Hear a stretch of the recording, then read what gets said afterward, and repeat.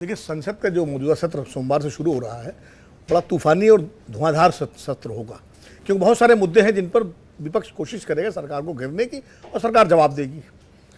सबसे बड़ी बात यह है कि चूंकि सरकार के पास लोकसभा में और अब तो राज्यसभा में भी एनडीए के पास बहुमत है, और लोकसभा में तो ज़बरदस्त बहुमत है, मतलब 293 तो उसके अपने हैं, प्लस और भी लोग आ जाते हैं, और राज्यसभा में भी है। तो कुल मिलाकर के बिल पास कराने में कोई दिक्कत नहीं होगी, किसी भी बिल को पास कराने में। विपक्ष के सामने भी चुनौतियां हैं। अगर सरकार के सामने चुनौती है तो विपक्ष के सामने भी चुनौतियां कम नहीं हैं।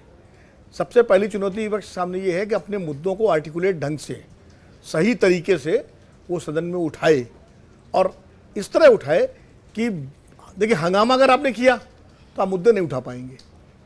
हंगामा करेंगे, अध्यक्ष सदन की कार्यवाही स्थगित कर देंगे, आप बाहर आके मीडिया में बोलेंगे, रिकॉर्ड में चीजें नहीं जाएंगी, रिकॉर्ड में चीजें नहीं जाएंगी। तो बेहतर यह है कि आप हंगामा करने के बजाय सही नियम के तहत अपनी बात रखें और सरकार उनका जवाब दे, और सरकार अगर जवाब नहीं दे पाएगी तो सरकार जानेगी इसको।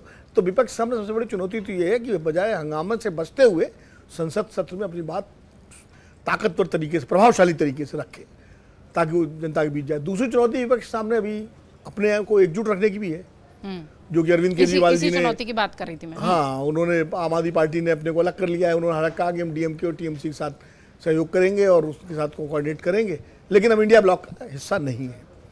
तो अपने सारे, टीएमसी तो हमेशा ही तेवर दिखाती रहती है, कभी है कभी नहीं है, कभी है कभी नहीं है। अब आम आदमी पार्टी ने अपने घोषणा कर दी अलग रहने की। तो ऐसे में विपक्ष के सामने ये चुनौती है कि कैसे अपने सारे सरकार विरोधी दलों को मुद्दों पर एकजुट रखे।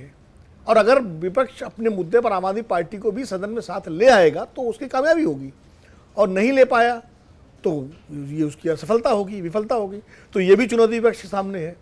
और तीसरी बड़ी चुनौती विपक्ष के सामने ये है, जो बात अभी अवधेश जी ने कही, मैं उसी को, कि जो बातें सार्वजनिक विमर्श में विपक्ष उठा चुका है और जिन पर सरकार अपने तरीके से जवाब दे चुकी है। मान लीजिए प्रधानमंत्री ने नहीं बोला, लेकिन विदेश मंत्री ने बोला, या विदेश सचिव ने वार्ता ट्रंप वाले मुद्दे पर उस वार्ता का ब्यौरा दिया जो G7 के बाद हुई। अब उसको नए तरीके से कैसे विपक्ष उठाएगा और कैसे जनता को ये भरोसा देगा कि ये तथ्य हैं जो अभी तक सामने नहीं आए। ये चुनौती विपक्ष के सामने है कि खाली उसको दोहराने से वो नहीं। फिर ऑपरेशन सिंदूर में ये सवाल तो उठेगा कि भाई क्यों रुका, ये तो, इसका तो आज तक संतोषजनक जवाब सरकार नहीं दे पाई है, इसमें कोई दो राय नहीं है। और संसद में कितना देगी ये सरकार को जाने, लेकिन क्यों रुका। और दूसरा, जो बार बार राहुल गांधी, खासकर नेता विपक्ष जो है, उठाते रहे हैं लोकसभा में कि वो कांग्रेस के लोग भारत को क्षति को लेकर के, विमानों को लेकर के, क्या विपक्ष उस मुद्दे को फिर से उठाएगा?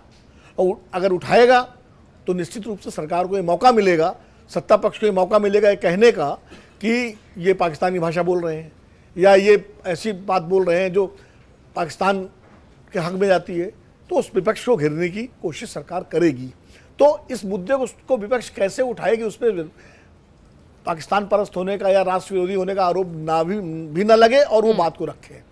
ये भी विपक्ष की एक परीक्षा होगी कि, क्योंकि मुद्दे, बात कहने का तरीका क्या है, ये बहुत महत्वपूर्ण है। समझे, आप सीधे सीधे अटल बिहारी वाजपेयी भी मुद्दे उठाते थे, लेकिन ऐसे तरीके से कहते थे कि सरकार को मौका नहीं मिलता था। इसके पहले और भी तमाम नेता थे, चंद्रशेखर जी थे, जॉर्ज फर्नांडीज थे, और बड़े नेता थे, सोमनाथ चटर्जी थे, ये सारे लोग थे जो मुद्दे उठाते थे और सरकारें परेशान होती थी, लेकिन उन पर आरोप नहीं लगा पाती थी।